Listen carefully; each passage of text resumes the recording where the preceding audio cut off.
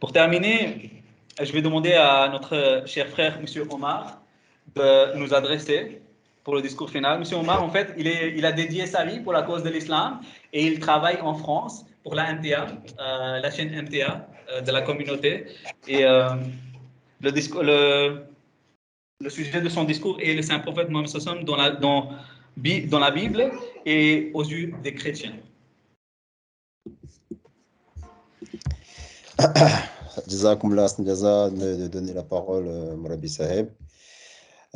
أشهد أن لا إله إلا الله وحده لا شريك له وأشهد أن محمدا عبده ورسوله أما بعد فأعوذ بالله من الشيطان الرجيم بسم الله الرحمن الرحيم.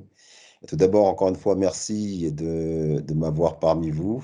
Merci à Mourabi Saheb de m'avoir invité pour participer à cette assemblée très bénie dans laquelle Allah subhanahu wa ta'ala dit qu'à chaque fois que les gens se réunissent pour se remémorer de la divinité ou des personnes qui sont proches et qui sont chères à Allah, comme le saint prophète Mohammed qui était le plus aimé par lui, bien, les anges couvrent de leurs ailes ce tête de telles assemblées et même et purifient toute personne qui y participe.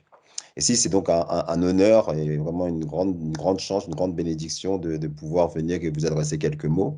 Surtout que c'est un sujet qui est vraiment essentiel. Pourquoi? Parce que de nos jours, lorsqu'on parle de l'islam, on a l'impression que c'est une religion qui sort de nulle part. On a l'impression que c'est quelque chose de vraiment étranger, qui est en dehors de la culture ou des traditions on va dire, occidentale. Alors que la réalité est que l'islam est cette religion qui vient réconcilier toutes les religions en expliquant que la source de toutes les religions, elle est commune, elle est unique, c'est celle de Dieu, savoir l'unicité divine. Et que tous les peuples, à travers l'histoire, à travers le temps, à travers les espaces géographiques, ont un jour dans leur histoire reçu la visite d'un envoyé d'Allah subhanahu wa ta'ala.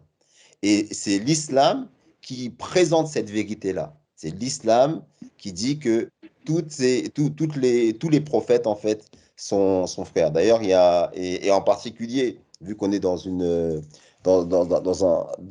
un contexte, on va dire, où la culture chrétienne, elle est prédominante, même si aujourd'hui la religion, elle n'a plus autant d'impact que par le passé, mais la culture, l'identité chrétienne est très très forte. Et souvent, on a l'impression qu'il doit y avoir forcément un clash entre l'islam et le christianisme, alors que c'est complètement faux.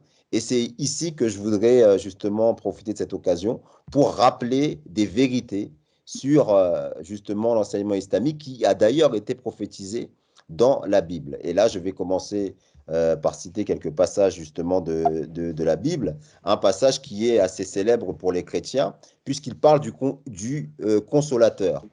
Et donc, il est écrit dans Jean 16, 7 à 14, « Cependant, je vous dis la vérité, il vous est avantageux que je m'en aille, car si je ne m'en vais pas, le consolateur ne viendra pas vers vous, mais si je m'en vais, je vous l'enverrai.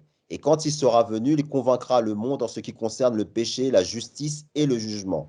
En ce qui concerne le péché, parce qu'il ne croit pas en moi, la justice, parce que je vais au Père, et que vous ne me verrez plus. Le jugement, parce que le prince de ce monde est jugé. J'ai encore beaucoup de choses à vous dire, mais vous ne pouvez pas les porter maintenant.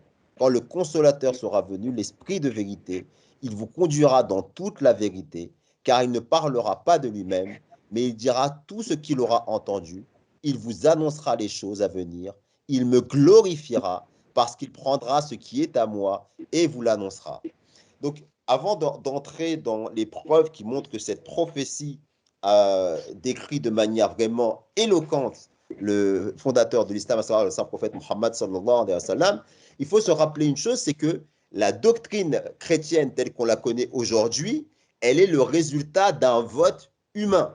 Ça veut dire qu'il y a 3 siècles après l'événement de la crucifixion, que par 51 voix contre 50, des hommes ont décidé que le christianisme, son credo, c'était de croire que Dieu s'était donné pour lui-même un fils. Donc la filiation divine.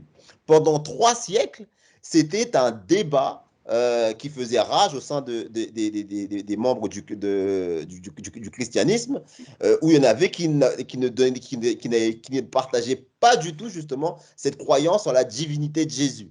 Mais c'est donc par un concours de circonstances et par des votes arbitraires que cette croyance, elle a prévalu. Ça, c'est important de le comprendre pour bien réaliser que l'islam, lui, vient rétablir la vérité. Et c'est pour ça que quand il dit que le consolateur, il viendra après le départ de Jésus, il viendra, il convaincra le monde en ce qui concerne le péché, la justice et le jugement. Du péché parce qu'il accusera les Juifs de ne pas avoir cru en Jésus. Effectivement, le saint prophète Mohammed dans le Saint-Coran, il est bien mentionné que Jésus est un homme véridique et que c'est une calomnie que les Juifs ont portée à l'encontre du Christ en disant que sa femme était une femme inchaste. Or, le saint prophète est venu rétablir la vérité là-dessus et a démontré et a déclaré ouvertement aux Juifs et aux chrétiens que Marie était une femme pieuse et qu'elle a donné au monde un enfant pieux qui était donc un prophète. De la justice parce qu'il corrigera la croyance erronée en la résurrection de Jésus, alayhi salam, et qu'il assurera au monde que Jésus de Nazareth, le maître qui est apparu à Israël, ne reviendra pas personnellement dans le monde. Donc vous voyez qu'il est venu rétablir la justice et venu renforcer ceux parmi les chrétiens qui croyaient que Jésus était un être humain et non pas qu'il avait survécu à la mort, qu'il avait réussi à vaincre la mort et qu'il était ressuscité. Donc c'est une croyance que le saint prophète est venu rétablir. La prophétie dit également que lorsque l'esprit de vérité viendra, il les conduira dans toute la vérité, que le livre qui lui sera révélé ne contiendra pas un mot de source humaine, qu'il prédira les choses à venir et qu'il glorifiera Jésus et le lavera de toute accusation. Cette prophétie, elle se rapporte indubitablement au saint prophète sallallahu alayhi wa sallam. Elle dit clairement que le consolateur ne pourra pas venir avant que Jésus ne soit parti. Et d'ailleurs, je vais vous citer les paroles de la bouche même du saint prophète sallallahu alayhi wa sallam au sujet du Christ. C'est un hadith que je vais ici vous citer, dont la référence... attendez, il faut que je retrouve cette référence.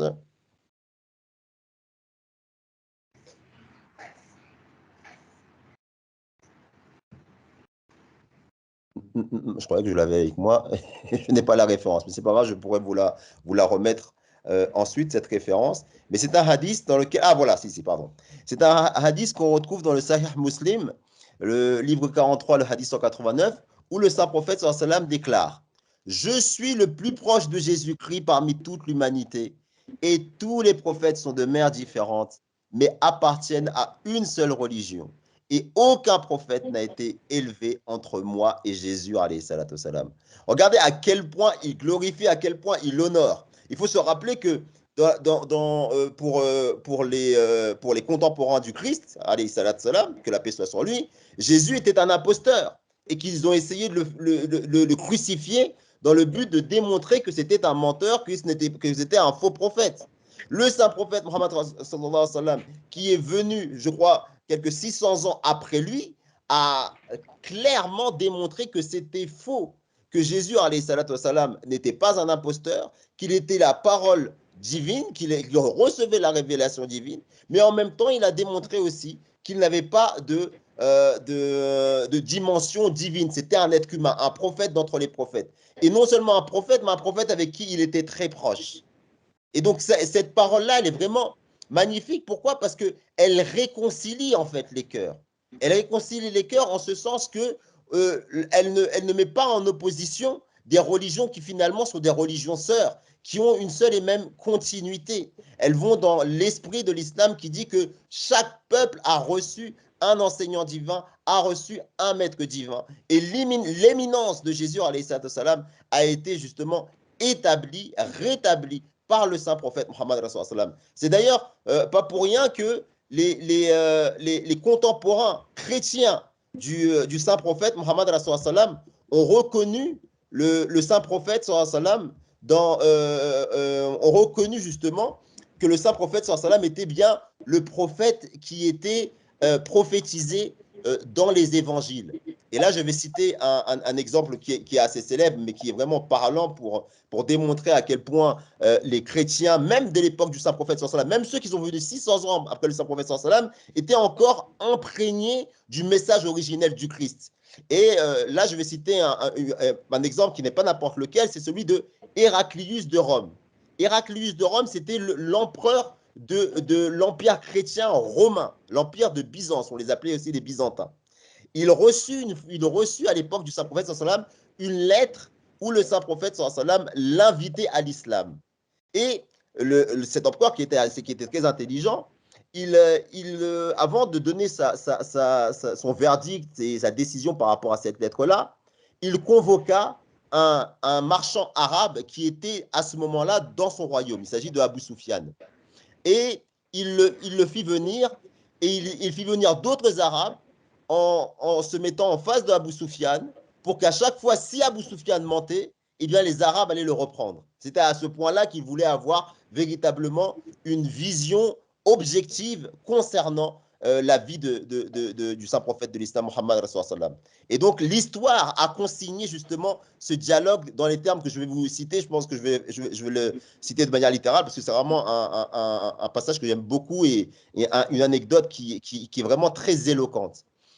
Donc, Héraclius s'adresse à Abu Sufyan et lui dit: connais-tu cet homme qui revendique être un prophète et qui m'a envoyé une lettre? Peux-tu dire à quelle sorte de famille il appartient? Demanda Héraclius. Il vient d'une noble famille et est mon parent, répondit Abu Sufyan. Y a-t-il eu avant lui des Arabes qui ont fait des revendications similaires à celle-ci? Non. Ton peuple l'a-t-il jamais accusé de mensonge avant qu'il annonce cette revendication? Non. Y a-t-il eu un roi ou un souverain parmi ses ancêtres? Non. Comment juges-tu son intelligence et sa capacité de jugement? Nous n'avons jamais trouvé de faille dans son intelligence ni dans sa capacité de jugement, dit Abu Sufyan. Comment sont ses fidèles? Sont-ils grands et puissants ou sont-ils pauvres et humbles? Demanda Héraclius, pardon. Surtout pauvres et humbles et jeunes. Leur nombre tend-il à augmenter ou à diminuer? Il augmente, répondit Abu Sufyan. Ses fidèles, retournent-ils jamais à leurs anciennes croyances? Non. A-t-il jamais rompu sa parole? Pas encore. Mais nous avons récemment conclu un nouveau pacte avec lui. Nous verrons ce qu'il en fait. L'avez-vous déjà combattu? Oui. Quel a été le résultat? Comme les godets du Noria, la victoire et la défaite alternent entre lui et nous. À la bataille de Badr, par exemple, où je n'étais pas présent, il put dominer notre camp.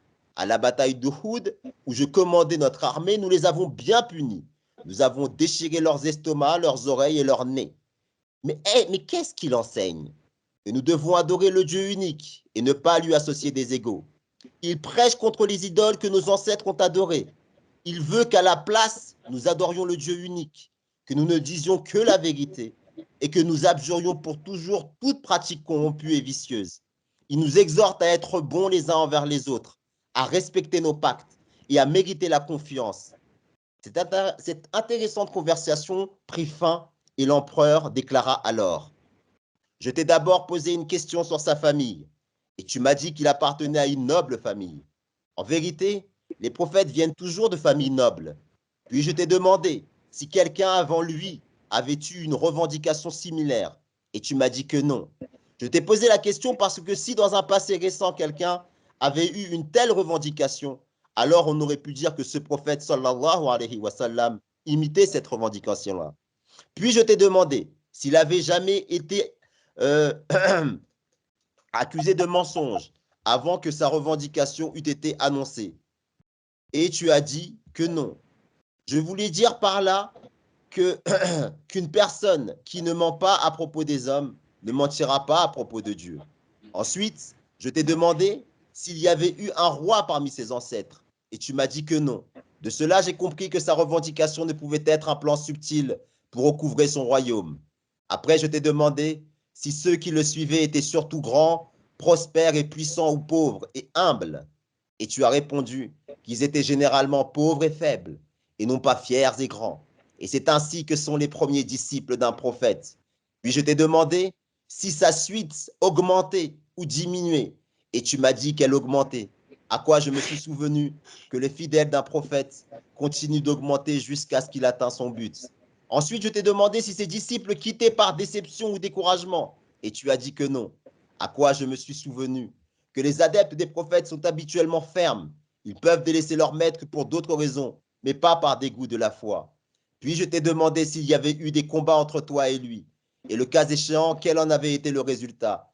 Et tu as dit que toi et ses fidèles étiez comme des godets sur la noria, et les prophètes sont comme ça. Au début, leurs fidèles subissent des revers et des mésaventures, mais à la fin, ils remportent la victoire. Je t'ai ensuite demandé ce qu'il enseigne, et tu as dit qu'il enseigne l'adoration du Dieu unique, à dire la vérité, à être vertueux et à observer l'importance du respect des pactes et de mériter la confiance. Je t'ai aussi demandé s'il ne trompait jamais les hommes, et tu as dit que non. Et ceci est la conduite des hommes vertueux. Il me semble donc que sa revendication d'être un prophète, sallallahu alayhi wa sallam, est vraie. J'espérais à demi-mot son apparition à notre époque, mais je ne savais pas que ce serait un arabe. Si ce que tu m'as dit est vrai, alors son influence et sa domination s'étendront certainement sur ces terres. Ce récit est rapporté dans le Bukhari.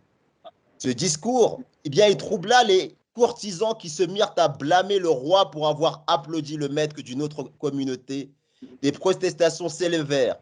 Les officiers à la cour congédièrent alors Abou Soufiane et ses amis. Donc c'est pour vous dire que une personnalité telle que l'empereur de Byzance, un empereur romain, a reconnu la véracité du saint prophète Mohammed Rasulullah, mais pour des considérations politiques, n'a pu officiellement embrasser l'islam. Et d'ailleurs, la lettre qu'il reçut du saint prophète Mohammed Rasulullah, il la fit préserver dans un coffre.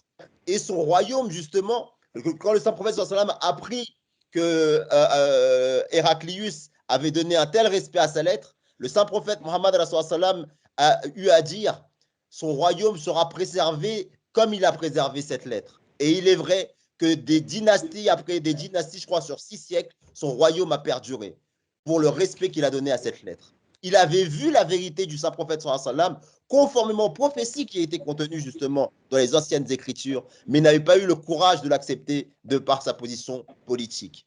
Un autre grand roi, le Négus d'Abyssinie, eh bien, il a eu aussi une réaction vraiment extraordinaire et très touchante par rapport au saint prophète Mohammed sallam. On rapporte à cette époque que les musulmans étaient persécutés en terre d'islam, à la Mecque. Ils étaient tués, martyrisés, les femmes, les hommes, les enfants même. Tous subissaient des tortures et une persécution atroce, tant et si bien que le saint prophète Mohammed leur a donné la permission d'émigrer, de quitter la Mecque pour d'autres régions plus sûres. Et il lui a dit, en parlant du Négus, donc le roi chrétien, il dit: allez en Éthiopie, il y a dans cette terre un homme qui agit avec justice. Lorsque les compagnons du saint prophète Mohammed, des compagnons, pas tous, qu'il y en a beaucoup qui sont restés avec lui, sont partis et guidés par notamment Jafar ibn Thabit, qui était le cousin du saint prophète Mohammed, eh bien, quand ils sont partis en Éthiopie, qui était l'Abyssinie à l'époque, les Mécois les ont poursuivis, mais n'ont pas réussi à les rattraper. Ils ont réussi à trouver refuge dans le royaume du Négus, à Najashi. Et ils ont intrigué auprès de lui en leur disant, et là je vais citer aussi le passage qui est vraiment qui est très beau, c'est pour ça que c'est important de garder les termes exacts qui ont été employés, donc je vous demande peu de patience pour écouter ces récits, parce que c'est vraiment, à mon sens, des récits qui augmentent la foi du croyant. Donc, je vais rapporter le dialogue qui s'en est suivi entre Jafar ibn Thabit, qui est donc qu'on connaissait sous le nom de Jafar Siddiq, Sadiq, et justement comment les Arabes ont essayé justement de les empêcher d'être trouver refuge dans ce pays. Donc Jafar était le cousin du saint prophète Mohammed sallam et le frère de Ali radhiyallahu anhu. Il eut l'honneur d'accepter l'islam durant sa première ère. Il émigra en Abyssinie en raison des persécutions que subissaient les musulmans à la Mecque. Lorsque les Mécois eurent vent de cela, ils envoyèrent 2 de leurs chefs avec de nombreux cadeaux en Abyssinie pour les chefs locaux, accompagnés d'un message qui disait que certains de leurs naïfs avaient abandonné leur religion d'antan et étaient venus s'installer dans leur ville, précisant qu'ils n'avaient pas non plus accepté la religion locale, c'est-à-dire le christianisme, mais qu'ils s'étaient convertis à une toute nouvelle confession, à savoir l'islam. En offrant des cadeaux aux chefs et aux notables, ils tentèrent d'avoir audience avec le roi d'Abyssinie, An-Najashi, par leur truchement. Ils avaient également apporté de nombreuses offrandes pour le roi. L'audience eut lieu. Ils présentèrent les cadeaux au roi. Après avoir écouté les mécréants, représentant les Mécois, le Négus d'Abyssinie fit appeler les musulmans. Ces derniers étaient très inquiets de leur sort. Le Négus leur demanda les raisons qui les avaient motivés à renoncer à leur religion ancestrale. Pourquoi n'avaient-ils ni accepté la confession d'une autre nation, ni la leur, c'est-à-dire le christianisme? Jafar, représentant les musulmans, déclara: Ô roi, nous étions des ignorants, nous adorions des idoles et nous consommions de la charogne. Commettre des infamies et maltraiter les membres de nos familles étaient des pratiques courantes. Les forts de parmi nous écrasaient les faibles. Dans ces conditions, Allah l'exalté a suscité un prophète parmi nous. Nous étions tous bien au courant de sa bonté, de sa véridicité et de son honnêteté, de sa pureté et de sa noblesse ancestrale. Il nous a appelés vers l'unicité et vers l'adoration d'Allah exalté. Il nous a enseigné de n'associer personne à Dieu et de ne pas adorer les idoles. Il nous a enseigné de dire la vérité, d'être honnête, de respecter les liens de parenté, de bien se comporter avec les voisins, de ne pas se battre ni verser de sang sans aucune raison. Il nous a mis en garde contre l'indécence, le mensonge, contre l'usurpation des biens des orphelins et la calomnie des gens chastes. Il nous a ordonné d'adorer le Dieu unique. Nous l'avons accepté et nous avons obéi à ses commandements. Et nous mettons en pratique ses enseignements. C'est pour cette raison que notre peuple s'oppose à nous. Ils nous ont torturés et tourmentés. Nous ne pouvons plus supporter pareilles afflictions. Nous avons quitté notre pays pour trouver refuge dans le vôtre. Ayant eu écho de votre esprit de justice, ô grand roi, nous souhaitons ni être victimes d'aucune injustice en ces terres. Le Négus fut grandement impressionné et demanda: Pourriez-vous me citer une partie des révélations qu'a reçues votre prophète? Il cita donc quelques versets de la sourate Mariam, Marie, d'une voix si mélodieuse que le Négus commença à verser des larmes. Il déclara: Je jure par Dieu, on dirait que cette parole est celle qu'a reçue Moïse, alayhi salatu wassalam, et celle qu'a reçue Moïse, que la paix soit sur lui, sont sorties de la même source. Il dit ensuite aux ambassadeurs de la Mecque: Je ne vous retournerai pas ces gens-là, ils resteront ici. Après avoir tenu conseil, les Mécois décidèrent de dire au roi que les musulmans ne partagent pas les croyances chrétiennes au sujet de Jésus et qu'ils le considèrent inférieur. Le roi fit venir les musulmans de nouveau et leur demanda de décrire leurs croyances au sujet de Jésus. Jafar radiallahu ta'ala anhu répondit: Il fut révélé à notre prophète que Jésus alayhi salam est un serviteur d'Allah et son prophète, qu'Allah l'exalté a conféré à la Vierge Marie. Le Négus prit une brindille du sol et déclara: Le statut de Jésus ne dépasse pas du poids de cette brindille la description que vous avez faite. Il accorda aux musulmans le droit de vivre en toute liberté sur sa terre.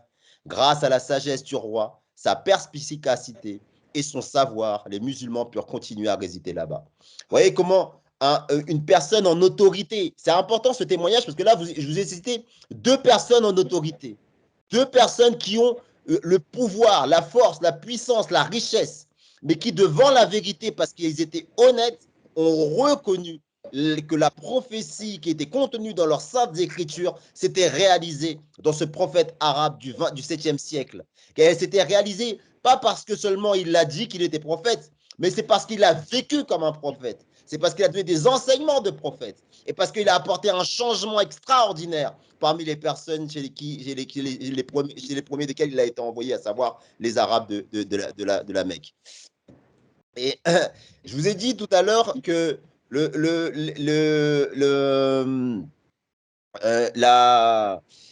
les chrétiens, en tous les cas de l'époque du Saint-Prophète, sallam, avaient accepté, et donc pas des moindres, Ils avaient accepté, même s'ils n'étaient pas forcément convertis, même si le Négus, il y a un des deux Négus qui s'est converti à l'islam par la suite.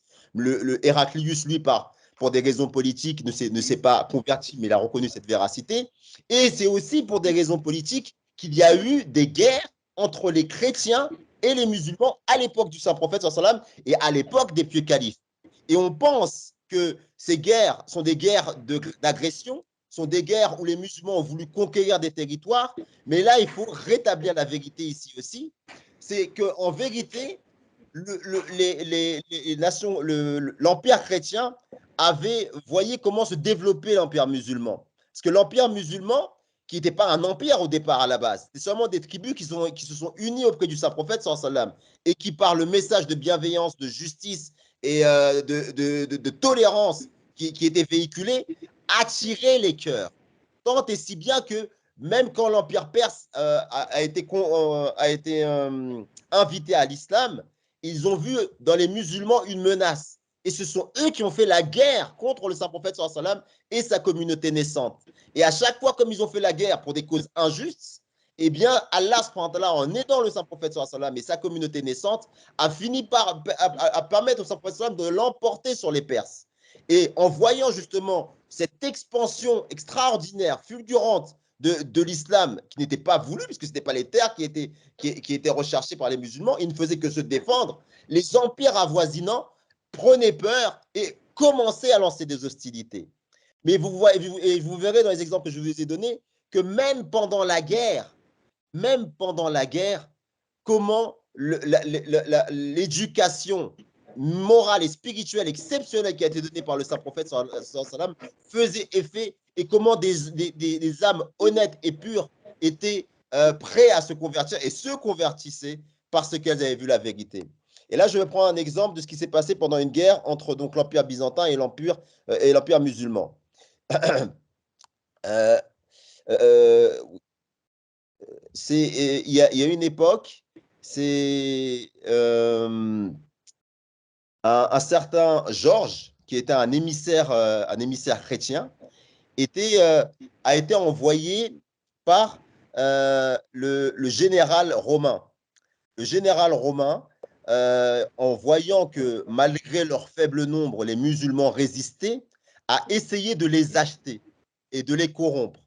Donc, il a fait venir Khalid ibn Walid, qui était un général musulman, et il leur a dit, vous les Arabes, vous êtes des tribus sauvages, vous n'avez pas d'éducation, vous êtes des illettrés.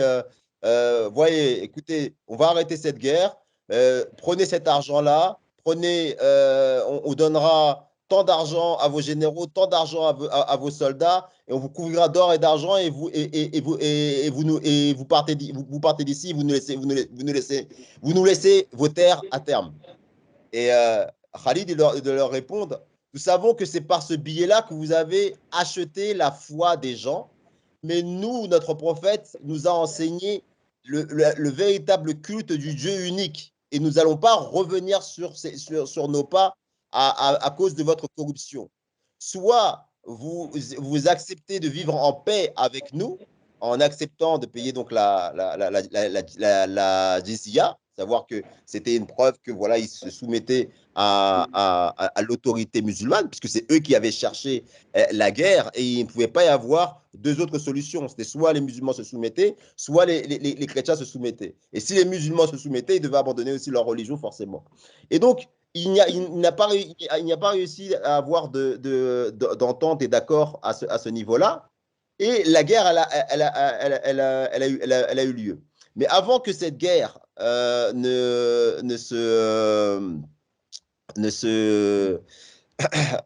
passe, il y a une.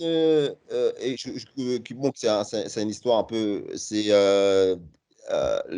un. Comment déjà? C'est des considérations qui sont plutôt longues à expliquer et que je vous invite à voir avec le calife de l'Ahmadiyya qui fait des discours très, très approfondis sur ce sujet-là. Mais un point essentiel que je voudrais parler, c'est la conversion justement d'un émissaire chrétien pendant la guerre.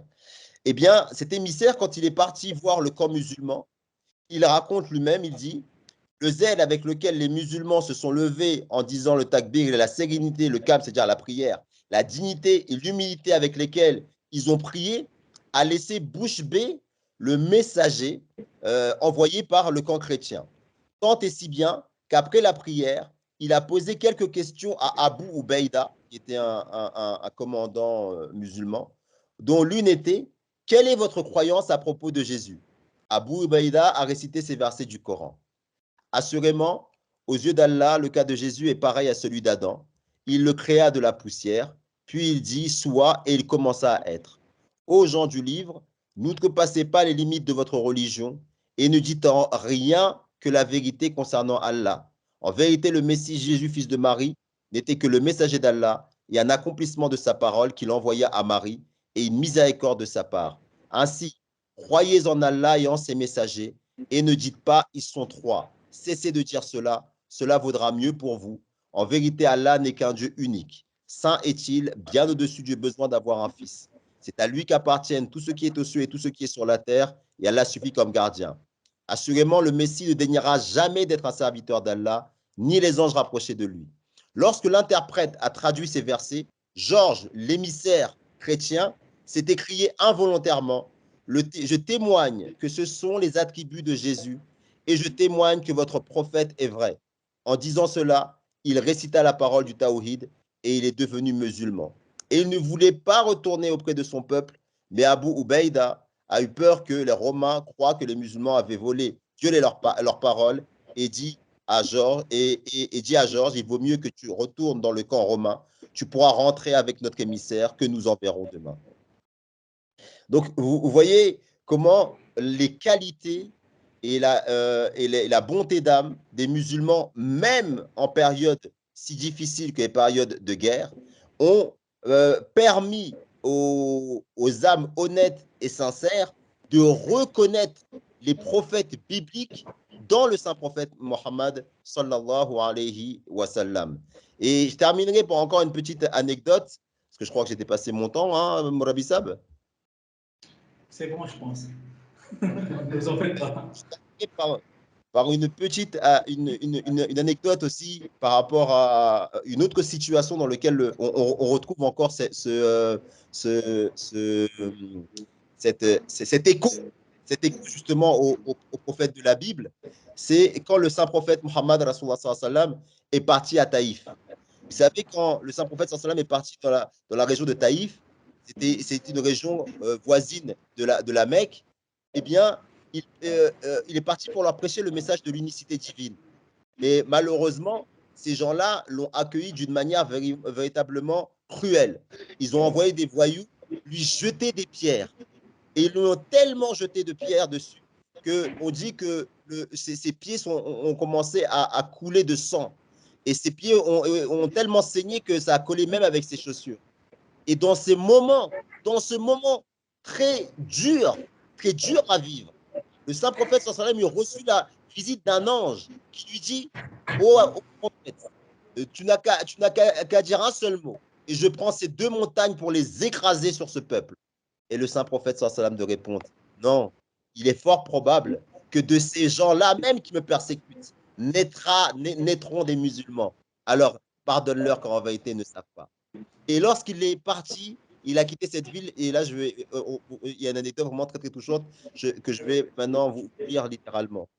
Il dit, quand le saint prophète sallam est sorti de cette ville, il y avait des gens de la Mecque qui étaient pourtant contre lui, mais qui, voyant que un des leurs, quand même, qui était quelqu'un de leur pays, qui était un compatriote, même parfois un membre de la famille, eh bien, ils furent touchés par son état et ils lui firent envoyer un plateau de raisin par un esclave chrétien qui s'appelait Hadas, qui était de Ninive. Hadas, vous présenta le plateau au saint prophète sallam et à son compagnon. Et tandis qu'il les regardait tristement, il devint plus curieux que jamais quand il entendit le saint prophète sallallahu alayhi wa sallam dire: au nom d'Allah, le clément, le miséricordieux.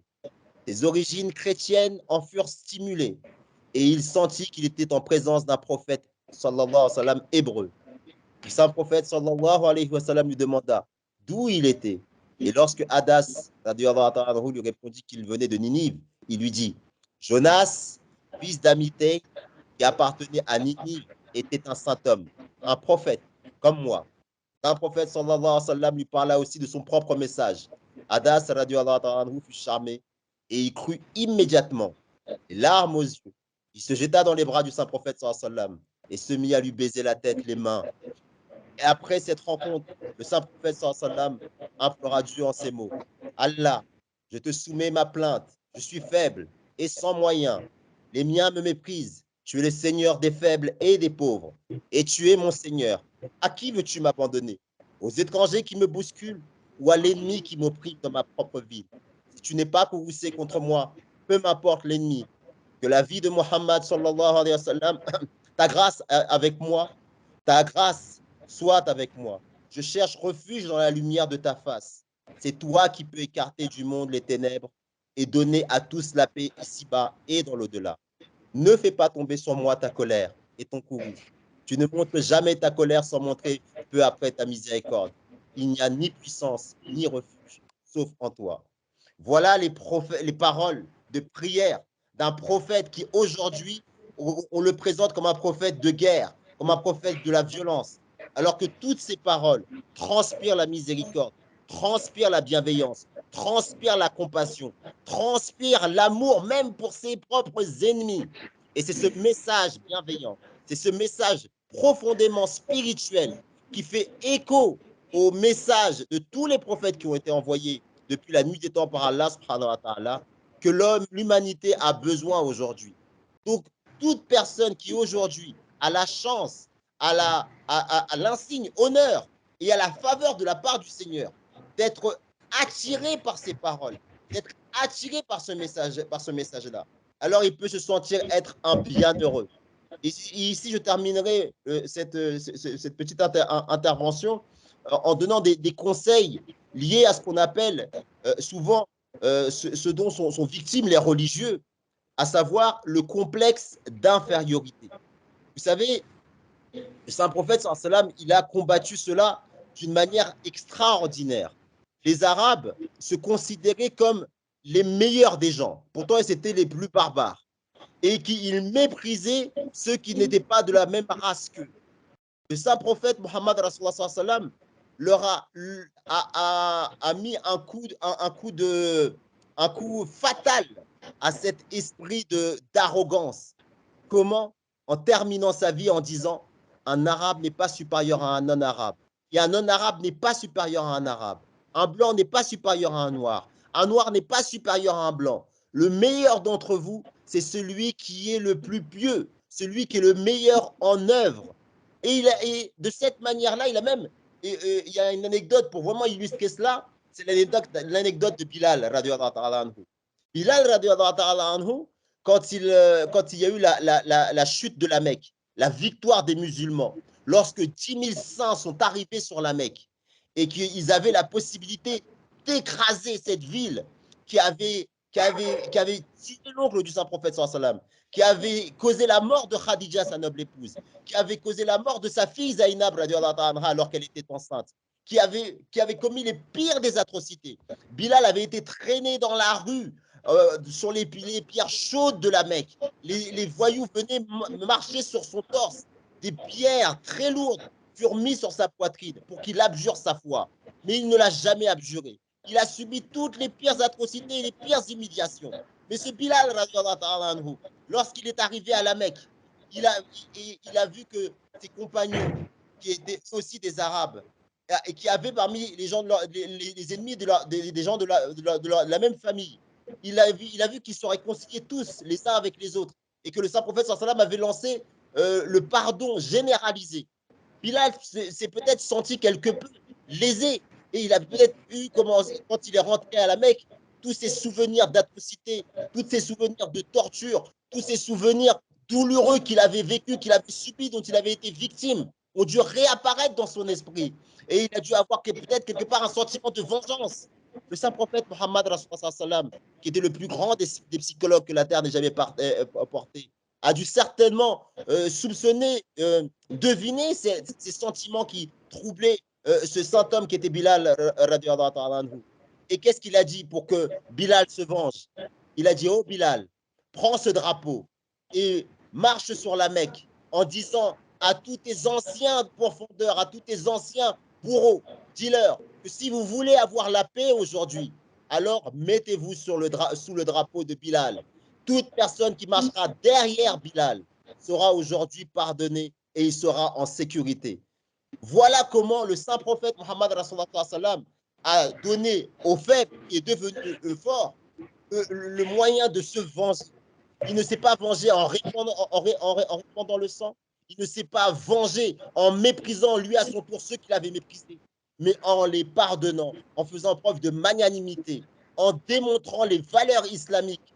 Comment quelqu'un qui est en pouvoir et qui a été frappé, humilié, comment il arrive à pardonner et comment ce pardon arrive à amener la transformation et comment une société qui était profondément ancrée sur l'injustice est devenue plus juste, plus pacifique, après que le saint prophète Mohammed et ses fidèles disciples, grâce à Allah, aient fini par l'emporter dans cette société. Et cet exemple historique qui s'est passé il y a maintenant plus de 1400 ans de cela, c'est cet exemple historique qui se reproduira à travers la communauté musulmane Ahmadiyya. Mais cette fois-ci, non pas à travers les armes, non pas à travers la guerre, non pas à travers la légitime défense, mais à travers un message bienveillant, à travers les prières, à travers le pardon, à travers la réconciliation, et en se débarrassant, quoi qu'on ait pu nous faire, d'un complexe d'infériorité qui n'a pas lieu d'être, surtout quand on a la chance et la faveur de reconnaître la véracité d'un messager divin tel qu'était le saint prophète Muhammad. Pour ces dernières paroles, je m'arrêterai là. Et